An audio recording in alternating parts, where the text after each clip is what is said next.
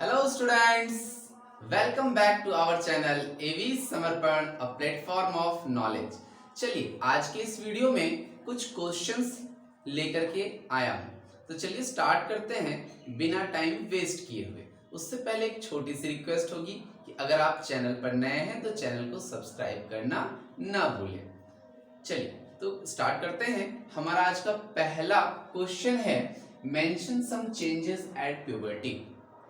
तो प्यूबर्टी के बारे में पहले अगर हम जाने तो प्यूबर्टी एक स्टेज है जो बॉडी को प्रिपेयर करती है रिप्रोडक्शन के लिए। तो अगर बॉडी प्रिपेयर हो रही है रिप्रोडक्शन के लिए तो यहाँ पे कुछ ना कुछ चेंजेस आएंगे जो रिप्रोडक्शन रिलेटेड होंगे, और ये स्टार्ट होती है अराउंड आपके 11 to 13 ईयर्स में। हालांकि मेल और फीमेल दोनों में डिफरेंट होता है ये, फिर भी जो चेंजेस हैं वो कुछ कॉमन चेंजेस और कुछ अलग चेंजेस होते हैं। तो चलिए इन चेंजेस को देखते हैं। जो फर्स्ट चेंज की हम बात करें तो यहाँ पे वॉइस चेंज आता है। मेल की वॉइस और फीमेल की वॉइस डिफर कर जाती है इस एज में, यानी फीमेल की वॉइस पतली रहती है, श्रिल कहते हैं, और जो मेल की वॉइस होती है वो थोड़ी हैवी हो जाती है, भारी हो जाती है। इसके अलावा जो और चेंज है जिसमें सेकंड चेंज है कि हाइट का इंक्रीज होना। हम जानते हैं कि हमारी हाइट कंटिन्यूसली बढ़ती रहती है और एक स्टेज पर जाकर के वो रुक जाती है, उसके बाद हमारी हाइट नहीं बढ़ती है। तो ये जो रेट होता है, rate of increasing the height, वो इस स्टेज में प्यूबर्टी में बहुत ही ज्यादा होती है, चाहे वो मेल की हो चाहे वो फीमेल की हो। नेक्स्ट चेंजेस की अगर हम बात करें तो नेक्स्ट चेंज है चेंज इन बॉडी शेप या स्ट्रक्चर। यहाँ बॉडी के शेप में कुछ ना कुछ चेंजेस आ जाते हैं, बॉडी का स्ट्रक्चर कुछ बदल जाता है। मेल और फीमेल दोनों में ये चेंजेस आती है। फॉर एग्जांपल मैं आपको बता देना चाहूँगा कि जो मेल होते हैं उनमें चेस्ट पार्ट जो है वो ब्रॉड हो जाता है। ठीक है, नेक्स्ट चेंज की तरफ चलते हैं तो नेक्स्ट चेंज यहाँ पे हो जाता है कि डेवलपमेंट इन सेक्सुअल ऑर्गन्स। जो सेक्सुअल ऑर्गन्स हैं वो either in case of male और इन केस ऑफ फीमेल ये डेवलप होने लग जाते हैं, जो कि बॉडी को प्रिपेयर करते हैं रिप्रोडक्शन के लिए। नेक्स्ट चेंज की तरफ चलते हैं तो यहाँ जो चेंज है वो है mental, intellectual and emotional changes. तो ये जो चेंजिंग है ये एक बहुत ही डिफरेंट टाइप की चेंजेस है कि उससे पहले हम बच्चे रहते हैं और यहाँ हम एडल्ट बनने जा रहे हैं। तो ये जो चेंजेस है mental, intellectual and emotional changes, ये एक पहचान होती है प्यूबर्टी की।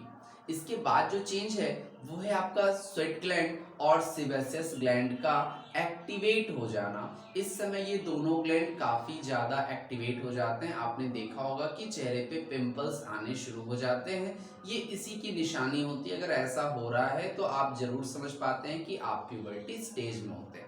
चलिए नेक्स्ट क्वेश्चन की तरफ चलते हैं। नेक्स्ट क्वेश्चन है हमारा differentiate between endocrine and exocrine gland. तो सबसे पहले तो हम जान लें कि ये ग्लैंड क्या होता है। ग्लैंड हम उस पाउच लाइक स्ट्रक्चर और सैक लाइक स्ट्रक्चर को कहते हैं। That means a pouch like और sac like structure present in the body that secrete some chemical substance either hormone और एंजाइम। तो ये जो केमिकल सब्सटेंस निकालने वाले sac like pouch like structures होते हैं इनको हम क्या कहते हैं, ग्लैंड बोलते हैं। और यहाँ पे क्वेश्चन मेंशन है differentiate between endocrine gland and exocrine gland. तो यहाँ समझना पड़ेगा कि क्या है एंडोक्राइन और क्या है एक्सोक्राइन ग्लैंड। एंडोक्राइन ग्लैंड की पहले बात करते हैं। Endocrine gland is also called ductless gland, क्योंकि इनके पास अपनी डक्ट नहीं होती है। डक्ट को आप ट्यूब लाइक स्ट्रक्चर और पाइप कह सकते हैं। तो इनके पास अपनी खुद की डक्ट नहीं होती है, जिसकी वजह से ये अपने सेक्रेशन को ब्लड में रिलीज करते हैं और ये हार्मोन रिलीज करते हैं। Endocrine gland releases hormone. So ductless gland that release hormone into the blood stream directly and with the help of blood stream it goes to the target place। जहाँ पे इनका काम होता है वहाँ पे ये पहुँच करके एक्शन करते हैं, जो भी वर्क परफॉर्म करना होता है। तो ये जो चेंजेस आती हैं वो या हार्मोन्स की वजह से जो बॉडी में चेंजेस आती हैं वो इन्हीं की वजह से रहते हैं। तो एंडोक्राइन ग्लैंड डक्टलेस ग्लैंड होती है जिनका सेक्रेशन ब्लड स्ट्रीम में होता है।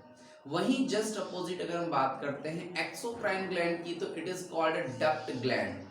इनको डक्ट ग्लैंड कहते हैं क्योंकि इनके पास अपनी खुद की पाइप होती है या खुद की डक्ट होती है, जिसकी वजह से ये अपने सेक्रेशन को डायरेक्टली उस प्लेस पे पहुंचा देते हैं जहां उसका वर्क होता है, और ये रिलीज करते हैं एंजाइम को। अब चलिए कुछ एग्जाम्पल समझ लेते हैं एंडोक्राइन और एक्सोक्राइन ग्लैंड का। तो पहले एंडोक्राइन ग्लैंड के लिए आपको बता देना चाहूंगा pituitary gland, thyroid gland, adrenal gland, parathyroid gland. ये जो ग्लैंड है ये हार्मोन रिलीज करते हैं और एंडोक्राइन ग्लैंड है। वहीं एक्सोक्राइन ग्लैंड की बात करें तो सैलिवरी ग्लैंड जो हमारे माउथ में सैलिवा रिलीज करने का काम करता है। इसी तरीके से गैस्ट्रिक ग्लैंड जो हमारे स्टमक में प्रेजेंट है वो भी एंजाइम रिलीज करने का काम करता है। यहाँ पे पैनक्रियाज का नाम लेंगे तो पैनक्रियाज मिक्स्ड ग्लैंड में आती है, लेकिन यहाँ भी इसका एक पार्ट एंजाइम रिलीज करने का काम करता है, यानी एक्सोक्राइन ग्लैंड की तरह ये काम करता है। इसके अलावा इंटेस्टिनल ग्लैंड होती है जो कि काम करती है एंजाइम रिलीज करने का। आशा करता हूँ आपने इसे बेहतर समझा होगा। चलिए अगले क्वेश्चन की तरफ चलते हैं। तो नेक्स्ट क्वेश्चन है हमारा, what is the role of hormones in metamorphosis. तो मेटामॉर्फोसिस प्रोसेस को हम जान रहे हैं, ये हमें कुछ इंसेक्ट में और फ्रॉग में देखने को मिलता है।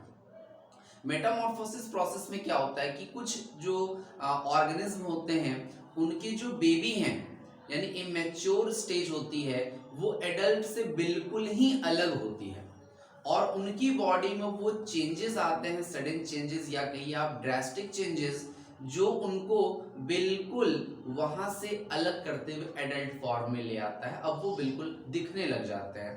तो यहाँ पे अगर हम रोल की बात करेंगे, हार्मोन्स की रोल की बात करेंगे, तो इंसेक्ट के केस में प्रेजेंट होता है insect hormone that induce the Metamorphosis.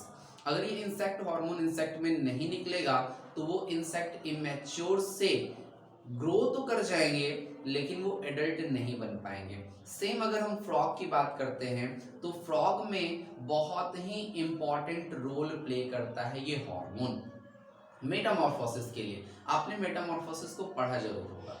तो चलिए इसे समझ लेते हैं। फ्रॉग के केस में हार्मोन होता है थायरॉक्सिन, और ये हार्मोन रिलीज कहाँ से होता है तो थायराइड से रिलीज होता है। थायराइड से निकलने वाला ये हार्मोन थायरॉक्सिन ये इस फ्रॉग में मेटामॉर्फोसिस को इंड्यूस करता है। अगर फ्रॉग जिस एनवायरनमेंट में या जिस वाटर में रह रहे हैं वहां पे आयोडीन की कमी हो जाए, because iodine is important for the synthesis of thyroxine, अगर आयोडीन नहीं होगा तो थायरॉक्सिन बनेगा ही नहीं।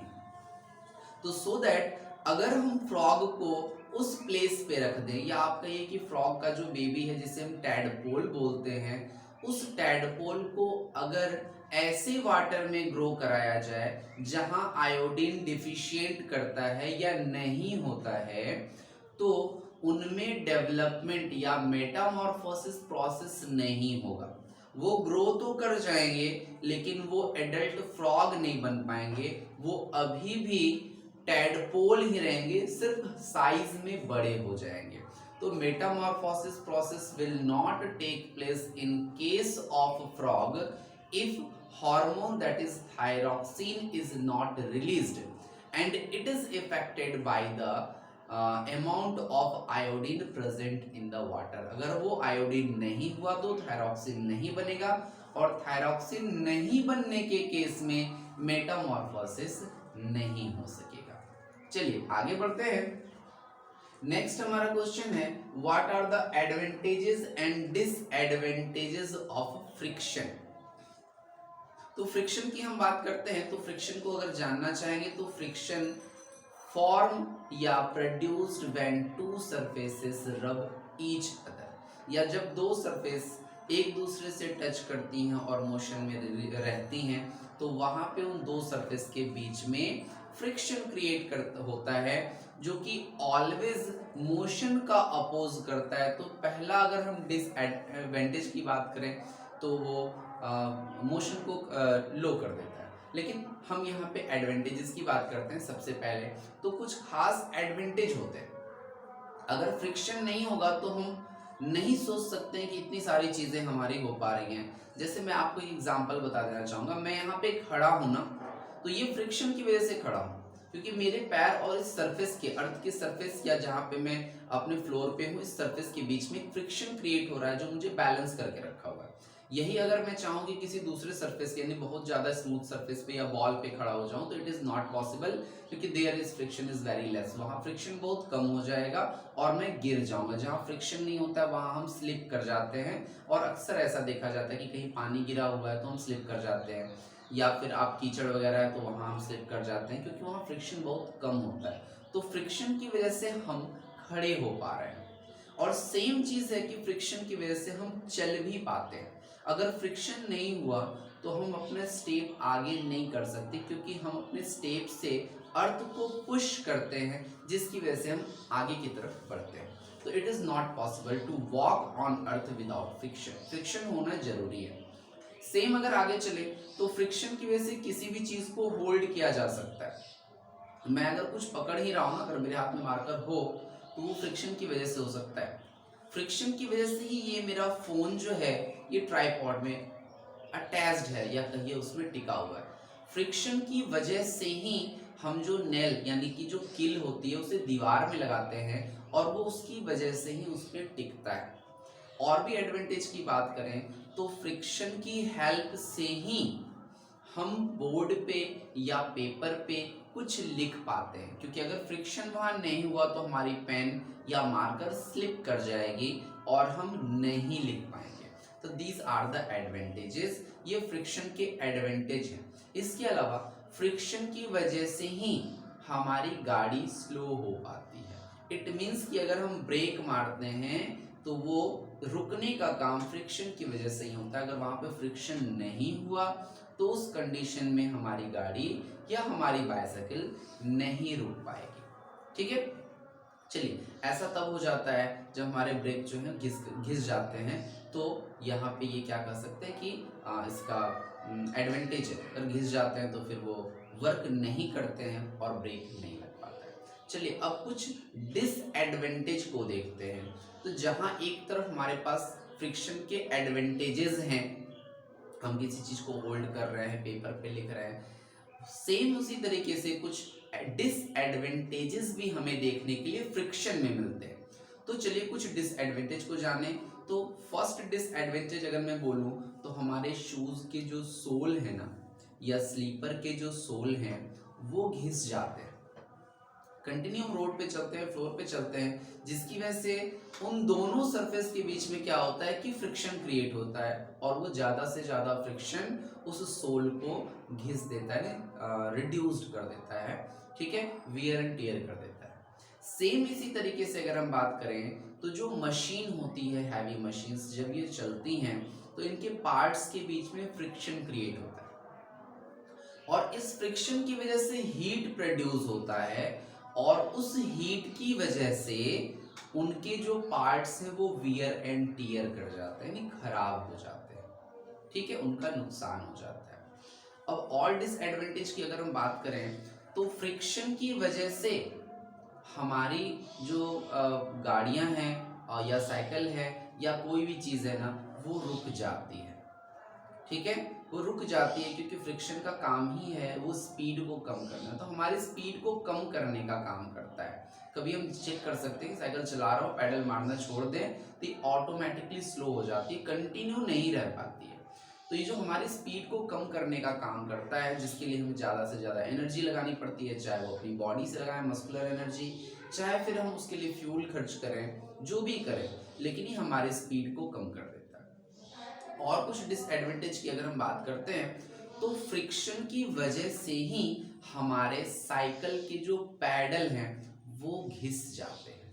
कंटिन्यूसली वहां पे उसको यूटिलाइज करने से उनकी जो पैड हैं वो फ्रिक्शन की वजह से ही घिस जाते हैं। तो चलिए, आशा करता हूं कि आपने इस क्वेश्चन को भी बेहतर समझा होगा कि फ्रिक्शन के एडवांटेजेस और डिसएडवांटेजेस क्या हैं। चलिए, तो नेक्स्ट क्वेश्चन को देखते हैं। नेक्स्ट क्वेश्चन हमारा है, what is the role of ball bearing. अब ये बॉल बेयरिंग जो है ये एक स्ट्रक्चर होता है जो कि रोलिंग फ्रिक्शन क्रिएट करता है। रोलिंग फ्रिक्शन जो है वो हमेशा कम होता है, ठीक है। तो ये जो बॉल बेयरिंग है ये फ्रिक्शन को रिड्यूस करने का काम करता है, और अगर फ्रिक्शन रिड्यूस होगा तो ऑटोमेटिकली क्या होगी कि स्पीड बढ़ जाएगी। तो ये कहाँ पे यूटिलाइज होता है, ये यूटिलाइज होता है बाइसाइकिल में। बाइसाइकिल में इस बॉल बेयरिंग को यूटिलाइज करते हैं जिसकी वजह से वो प्रॉपर फ्रिक्शन लेस कहिए या रिड्यूस फ्रिक्शन होकर के स्पीड को मेंटेन करके रखता है, जो उसके रिम में यूज होता है, यूज किया जाता है। इसके अलावा मैं आपको एक एग्जांपल बताना चाहूँगा कि बॉल बेयरिंग का यूटिलाइजेशन ये जो यूज़ है वो स्पिनर में किया जाता है। जो बच्चे खेलते हैं हाथ में लगा लेते हैं, उसको घुमाने का काम करते हैं, एक बार घुमाते हैं और वो काफ़ी देर तक मूव करता रह जाता है। तो अगर उस स्ट्रक्चर को आप देखेंगे तो उसके अंदर में बॉल बेयरिंग ही यूज़ की जाती है। जितना बेहतर बॉल बेयरिंग वहाँ पे तैयार करके लगाया जाएगा उतना ज़्यादा वो फ्रिक्शन लेस होगा और वो उतनी ज़्यादा देर तक मूव कर सकेगा। इसके अलावा जो बॉल बेयरिंग है ना वो फैन वगैरह में यूटिलाइज होते हैं, हैवी मशीन्स में यूटिलाइज होते हैं जो कि उनकी स्पीड को मेंटेन करने का काम करता है। इसलिए जब हम फैन को ऑफ करते हैं ना तो काफ़ी देर तक वो मूव करता रह जाता है, क्योंकि बॉल बेयरिंग है सो दैट कि वो मूव करता है, तुरंत ही ऑफ नहीं, तुरंत ही वो स्टॉप नहीं हो जाता है, ठीक है। चलिए नेक्स्ट क्वेश्चन की तरफ चलते हैं। तो अगला क्वेश्चन है हमारा, हाउ डज साउंड प्रोपेगेट। तो साउंड के प्रोपेगेशन की अगर हम बात करें तो पहले साउंड क्रिएट कैसे होता है। साउंड इज फॉर्म्ड या produced by the vibrating object. ये वाइब्रेटिंग ऑब्जेक्ट कह लें या किसी ऑब्जेक्ट में वाइब्रेशन की वजह से साउंड क्रिएट होता है। जैसे अभी मैं बोल ही रहा हूँ ना तो हमारे यहाँ पे नेक में प्रेजेंट है स्ट्रक्चर जिसको हम लैरिंग्स बोलते हैं, और इस लैरिंग्स में जो है ना ये प्रेजेंट होता है वोकल कॉर्ड, और इस वोकल कॉर्ड से जब एयर पास करती है तो उसमें वाइब्रेशन क्रिएट होता है, और ये वाइब्रेशन क्या करती है, साउंड प्रोड्यूस करती है। सेम इसी तरीके से जैसे एग्जांपल अगर हम लेंगे ट्यूनिंग फोर्क की बात करें तो वहां भी अगर ट्यूनिंग फोर्क को हम स्टक करते हैं ना तो साउंड प्रोड्यूस होता है क्योंकि उसमें वाइब्रेशन क्रिएट होती है। सेम इसी तरीके से चाहे कहीं भी कोई भी ऑब्जेक्ट अगर वाइब्रेट कर रही है तो वो साउंड प्रोड्यूस कर रहा है। लेकिन क्वेश्चन है आपका कि साउंड प्रोपेगेट कैसे करता है।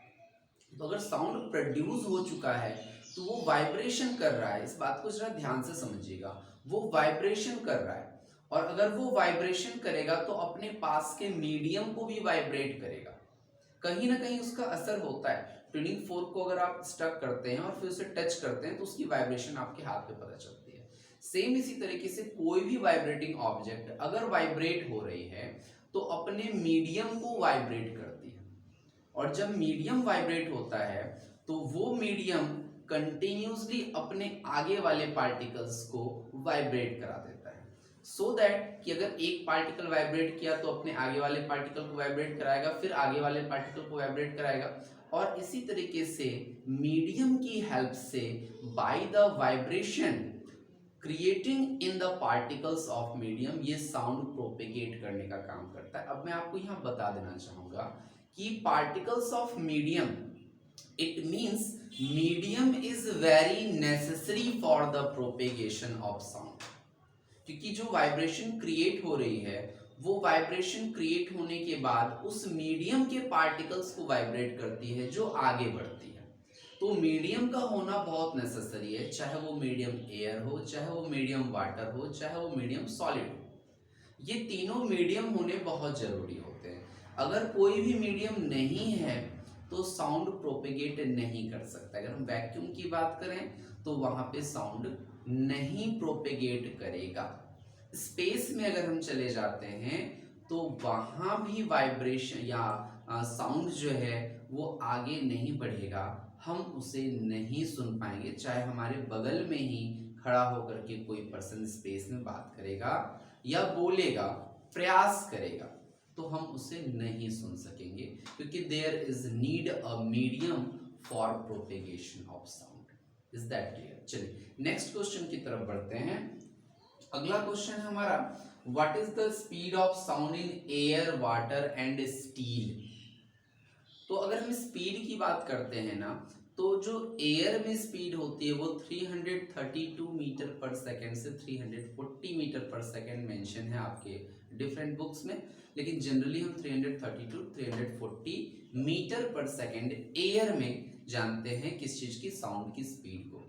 वही वाटर में अगर हम बात करें तो इसकी स्पीड होती है 1500 मीटर पर सेकेंड। इसके अलावा अगर हम स्टील की बात करें तो यहाँ सबसे तेज स्पीड होती है और वो स्पीड है 6000 मीटर पर सेकेंड और मोर। अब आप एक बार सोच रहे होंगे कि स्टील में या कहीं सॉलिड पार्टिकल्स में स्पीड इतनी ज़्यादा तेज क्यों होती है, तो इसका भी एक रीज़न है। सॉलिड के पार्टिकल्स जो होते हैं ना वो काफ़ी नज़दीक होते हैं, और जितने नज़दीक पार्टिकल्स हैं वाइब्रेशन उतनी तेज़ी से प्रोपेगेट करेगा, आगे की तरफ बढ़ेगा, सो दैट कि सॉलिड में ये मूवमेंट या प्रोपेगेशन बहुत तेज होता है, इसकी स्पीड ज़्यादा होती है। स्टील की बात करते हैं सबसे तेज होती है 6000 मीटर पर सेकेंड या इससे भी ज़्यादा होती है। चलिए अगले क्वेश्चन की तरफ चलते हैं। नेक्स्ट क्वेश्चन हमारा, what is the function of optic nerve. तो ऑप्टिक नर्व की बात करें तो नाम से ही क्लियर है, अगर आप थोड़ा सा भी पढ़ रहे हैं तो नाम से क्लियर है कि आंख में प्रेजेंट होती है ऑप्टिक नर्व, ठीक है। अगर हम ऑडिटरी नर्व की बात करें तो वो हमारे ईयर में प्रेजेंट होती है, बट ऑप्टिक नर्व की बात करें तो हमारे आईज में प्रेजेंट होती है। अब है कि ये कहाँ पे है, तो आप जान लें कि हमारे आईज में रेटिना एक स्ट्रक्चर है जो एक स्क्रीन का काम करती है, और वहाँ पे जो इमेज बनती है, जो हम बाहर से कुछ भी देख रहे हैं, जैसे कि मैं इधर देख रहा हूँ या दूसरे साइड में देख रहा हूँ, आप भी अभी देख रहे होंगे, जो आपकी आईज हमारे स्क्रीन पे होगी, तो ये जो इमेज है, मेरी इमेज जो अभी बन रही है ना आपकी आईज पे, ये आपके आईज में इन करते हुए रेटिना पे पहुंच रही है, जो कि एक इन्वर्टेड इमेज तैयार कर रही है और रिड्यूस्ड इमेज तैयार कर रही है। यानी कि मेरी जो इमेज आपके रेटिना पे बन रही होगी ना, वो इमेज क्या होगी, इन्वर्टेड होगी, उल्टी होगी, और साथ ही साथ क्या होगी, छोटी होगी। अब यहाँ पे जो वर्क है ऑप्टिक नर्व का, ऑप्टिक नर्व यही प्रेजेंट होता है। Optic nerve is present in our eye near retina, और it connects the eye from या टू द ब्रेन। ये हमारे आई को ब्रेन से कनेक्ट करने का काम करता है, so that it helps in the transmission of the signal या इम्पल्स फ्रॉम द आई और रेटिना टू द ब्रेन। अब हमारे ब्रेन तक ये मैसेज पहुंचने का काम या इम्पल्स पहुंचने का काम किसकी हेल्प से होता है, तो ऑप्टिक नर्व की हेल्प से होता है। ऑप्टिक नर्व इसी मैसेज को हमारे ब्रेन पे पहुंचाता है, और हमारी ब्रेन क्या करती है ना कि इस इमेज को इरेक्ट कर लेती है और एक साइज में प्रॉपर कर लेती है, जो एक्चुअल साइज होता है, क्योंकि वहां पे कोडिंग होती है जिसकी वजह से वो समझ लिया जाता है कि क्या है। चलिए आशा करता हूँ कि आपने इतने क्वेश्चन को समझा होगा। नेक्स्ट क्वेश्चन की तरफ बढ़ते हैं। Differentiate between colour blindness and night blindness. तो चलिए इस क्वेश्चन को समझते हैं। कलर ब्लाइंडनेस एक जेनेटिकल डिजीज है जो कि हमें बाय बर्थ मिलता है, और इसमें जो पर्सन है उसमें रेड कलर और ग्रीन कलर में डिफरेंशिएशन नहीं हो पाता है, वो दोनों के दोनों कलर जो हैं वो ब्लैक नजर आते हैं, और इसे सही नहीं किया जा सकता है, that means treatment is not available. तो फिर से इसे जान लीजिए कि जो कलर ब्लाइंडनेस है, ये colour blindness is a genetical disease जिसमें रॉड और कोन्स का अरेंजमेंट बेहतर नहीं होने की वजह से इनमें ब्लैक और रेड ग्रीन और रेड कलर में डिफरेंशिएट नहीं होता है, दोनों के दोनों कलर उस पर्सन को ब्लैक नजर आते हैं, ठीक है। और इसका ट्रीटमेंट भी अवेलेबल नहीं होता है, one generation to next generation ये पहुंचती है। अगर ये किसी मदर फादर में प्रेजेंट होता है तो उसकी अगली जनरेशन को इस डिजीज होने के चांसेस होते हैं, और वहां से वही डिजीज फिर अगली जनरेशन में जाने के चांसेस रहते हैं। वहीं अगर हम बात करते हैं नाइट ब्लाइंडनेस की, तो नाइट ब्लाइंडनेस एक ऐसी डिजीज होती है जो विटामिन ए की कमी से होता है, हिंदी में इसे रतौंधी बोला जाता है, जो कि अंधेरे में यानी डिम लाइट में देख पाने की कैपेसिटी नहीं रह जाती है, और शाम होने के बाद या अंधेरा होते ही उस पर्सन को दिखाई नहीं देता है। इट मीन्स कि ये एक विटामिन डिफिशियंसी डिजीज है, जबकि कलर ब्लाइंडनेस ऐसा नहीं है। तो अगर हम बात करते हैं ये नाइट ब्लाइंडनेस की, तो नाइट ब्लाइंडनेस का ट्रीटमेंट अवेलेबल है। अगर समय रहते ही हम विटामिन की इस कमी को पूरी कर लेते हैं और प्रॉपर ट्रीटमेंट करवाते हैं तो ये सही हो जाता है। चलिए अगले क्वेश्चन की तरफ बढ़ते हैं। नेक्स्ट क्वेश्चन हमारा है, what do you mean by eutrophication. तो यूट्रोफिकेशन के बारे में बात करें तो ये एक फेनोमेना है या कहिए प्रोसेस है, ठीक है। और उस प्रोसेस में क्या होता है ना कि किसी पॉन्ड में किसी प्लेस पे अगर अमाउंट ऑफ न्यूट्रिएंट इंक्रीज कर जाता है तो उसकी वजह से यहाँ पे एल्गा का ग्रोथ बहुत ज़्यादा हो जाता है। फिर से इसे समझ लीजिएगा, this is a phenomenon of increasing the alga in, ये जो एल्गी है यहाँ पे बहुत तेजी से ग्रो कर जाता है। क्यों ग्रो करता है? Because of the presence of high amount of nutrient in pond. वहाँ पे ज़्यादा से ज़्यादा न्यूट्रिएंट प्रेजेंट होने की वजह से एल्गा बहुत तेजी से ग्रो कर जाता है। लेकिन इसका ये ग्रोथ हार्मफुल बन जाता है। कैसे हार्मफुल बन जाता है कि इनकी ग्रोथ की वजह से पूरा का पूरा पॉन्ड जो है वो पैक हो जाता है। किससे? तो एल्गा से। So that amount of oxygen is utilised by much, और जो बाहर का कांटेक्ट है वो भी कम होने की वजह से the amount of oxygen become reduced और deficient in water, so that the organism aquatic organism like that of fish become die, वो ऑक्सीजन की कमी में मर जाते हैं। ठीक है, आशा करता हूँ आपने समझा होगा। एक बार मैं इसे फिर से रिपीट करना चाहूँगा। Eutrophication is the phenomenon which is created by the high growth of the algae because of the high amount of nutrients in the pond, so that amount of oxygen become reduced in pond and the aquatic organisms like that of fish become die in the absence or lack of the oxygen। इस process को हम थोड़ा सा बेहतर दिमाग में रखेंगे, बहुत ही आसान सा प्रोसेस होता है। चलिए नेक्स्ट क्वेश्चन की तरफ चलते हैं। हमारा अगला क्वेश्चन है, हाउ आर ट्विन्स फॉर्म्ड। इस क्वेश्चन को हमें समझना है कि ट्विन्स कैसे फॉर्म करते हैं। तो सबसे पहले तो हम ट्विन्स को हिंदी में जान लें, जुड़वा कहते हैं। लेकिन हमारा जो कॉन्सेप्ट है ना ट्विन्स के लिए, वो जुड़वा कहते ही आ जाता है कि दोनों के फेस सेम होते हैं, जबकि ऐसा नहीं होता है। हम ट्विन्स दो कंडीशन में रखते हैं। एक ट्विन्स तो उसे कहते हैं जो हम शक्ल होते हैं, यानी उनके फेस एक होते हैं, और एक ट्विन्स हम उसे भी कहते हैं जो साथ में पैदा हुए हैं, यानी कुछ मिनटों का कुछ घंटों का डिफरेंस होता है लेकिन दोनों साथ आए हैं, उनको भी हम ट्विन्स कहते हैं। तो सो दैट यहाँ ट्विन्स कैसे बनते हैं ये मैं आपको बताने जा रहा हूँ। आइए बोर्ड पे चलते हैं और इसे समझते हैं। ठीक है, देखिए तो ट्विन्स के बारे में हम बात करें तो सबसे पहले हमें रिप्रोडक्शन पे आना पड़ेगा कि रिप्रोडक्शन के प्रोसेस में क्या होता है। रिप्रोडक्शन के प्रोसेस में अगर ये एक फीमेल गेमेट यानी ओवम है और ये एक मेल गेमेट यानी स्पर्म है, तो इस केस में यहाँ पे स्पर्म है, तो इन दोनों का क्या होगा? फ्यूजन होगा। और आप जानते हैं कि fusion of male and female gamete is known as fertilisation, और इन दोनों के मिलने से जो रिजल्ट बनता है दैट इज कॉल्ड जाइगोट। ये क्या है? ये एक जाइगोट है। ये क्या है? ये एक जाइगोट है। ठीक है, जाइगोट है। अब अगर हम ट्विन्स की बात करें तो ट्विन्स जो हैं वो दो तरह के होते हैं। कौन कौन से होते हैं? फर्स्ट हम कहेंगे मोनोजाइगोटिक। क्या है? मोनोजाइगोटिक। मोनोजाइगोटिक। और जो दूसरा केस होता है ना वो होता है डाइजाइगोटिक। डाइजाइगोटिक।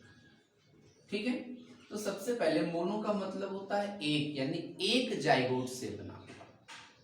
तो यहाँ पे हमने क्या दिखाया आपको कि फीमेल गेमेट और मेल गेमेट जब आपस में कंबाइन कर रहे हैं तो एक जाइगोट का फॉर्मेशन हुआ है। This is natural. ये बिल्कुल नेचुरल है, ऐसा ही होता है। अब जाइगोट के बाद क्या होता है, तो जाइगोट में कंटिन्यूसली डिवीजन होता है जिससे ये एम्ब्रियो में कन्वर्ट होता है और ये एम्ब्रियो जाकर के यूट्रस में इम्प्लांट करता है। ठीक है। अब इतने प्रोसेस के बीच में, इम्प्लांटेशन तक के बीच में, जाइगोट बनने से इम्प्लांटेशन के बीच में जो प्रोसेस होता है वहां पे किसी फॉल्ट की वजह से, क्योंकि इसमें कंप्लीटली डिवीजन हो रहा है, एक जाइगोट है टूट करके दो सेल, दो से zygote is a complete cell, zygote एक सेल होती है। ठीक है। अब एक जाइगोट है वो टूट करके दो, दो से चार, चार से आठ, और ये बढ़ते चले जाते हैं, देन वो एम्ब्रियो का फॉर्मेशन करता है। लेकिन इसी में वो अलग नहीं होते, वो आपस में जुड़े रहते हैं सो दैट कि वो कॉम्पैक्ट स्ट्रक्चर बना लें। सबसे पहले वो कॉम्पैक्ट बॉल लाइक स्ट्रक्चर बनाते हैं, फिर उनका डेवलपमेंट होता है।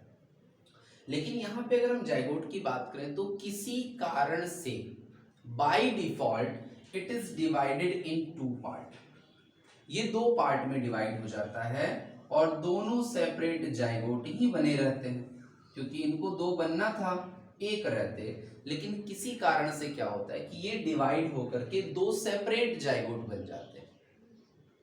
ठीक है, बाय डिफॉल्ट। अब ये दोनों जाइगोट अपने ग्रोथ को कंटिन्यू रखते हैं, और अगर ग्रोथ कंटिन्यू करेगा तो ये क्या बन जाएगा, ये फिर से एक एम्ब्रियो तैयार कर लेगा।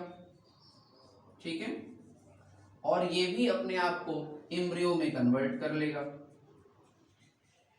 यानी एक जाइगोट के बाय डिफॉल्ट ब्रेकडाउन होने से दो एम्ब्रियो तैयार हो गए, यानी पहले दो जाइगोट बने और वो दोनों जाइगोट बाद में किस में कन्वर्ट हो गए, एम्ब्रियो में कन्वर्ट हो गए। अब एम्ब्रियो का जो फ्यूचर होता है वो क्या होता है, आपको पता है कि वो फीटस, देन वो बेबी में कन्वर्ट हो जाएगा। तो इसका मतलब है कि यहाँ पे दो बेबी प्रोड्यूस हो चुके हैं और दोनों के दोनों क्या हैं, तो वो ट्विंस कहलाएंगे। अब यहाँ पे समझने वाली एक बात होती है, जो यहाँ पे रिप्रोडक्शन या फर्टिलाइजेशन हो रहा है, इस फर्टिलाइजेशन में सपोज करिए कि ये जो जाइगोट प्रिपेयर हुआ है, ये जाइगोट अगर XX है यानी फीमेल है, ऐसा ही केस बन सकता है, या दूसरा केस हो सकता है कि XY है यानी मेल है। ठीक है, तो इन दोनों में से कोई एक ही है ना, क्योंकि यहाँ पे एक जाइगोट बन रहा है। If it is one, either it is X और XY। ठीक है, अब अगर ये XX वाला है तो डिवाइड होने पे ये दोनों भी XX ही रहेंगे। इट मीन्स कि उस केस में अगर ये दोनों के दोनों XX रह गए तो दोनों फीमेल यानी गर्ल बेबी प्रोड्यूस होती है। ठीक है, और इन दोनों की शक्ल क्या होती है, बिल्कुल एक दूसरे से मैच करती है, हम इसे ट्विंस कहते हैं। यानी मोनोजाइगोटिक ट्विंस जो होते हैं उनकी शक्ल बिल्कुल एक दूसरे से मिलती है, क्योंकि वो एक जाइगोट के डिवीजन से बनते हैं। ठीक है, उनमें कुछ भी अलग नहीं होता है, और उसमें फिक्स है कि अगर ये दोनों XX हैं तो दोनों XX ही बनेंगे। ठीक है, लेकिन सपोज करें कि ये जो जाइगोट आपको दिख रहा है ये जाइगोट XY होता, तो इस केस में ये दोनों XY होते। इट मीन्स कि जो ट्विंस हैं और मोनोजाइगोटिक ट्विंस हैं वो आइदर मेल प्लस मेल बनेंगे या फीमेल प्लस फीमेल बनेंगे। मेल फीमेल दोनों अलग नहीं बन सकते, या तो दोनों मेल या तो दोनों फीमेल ही बनेंगे। क्लियर है।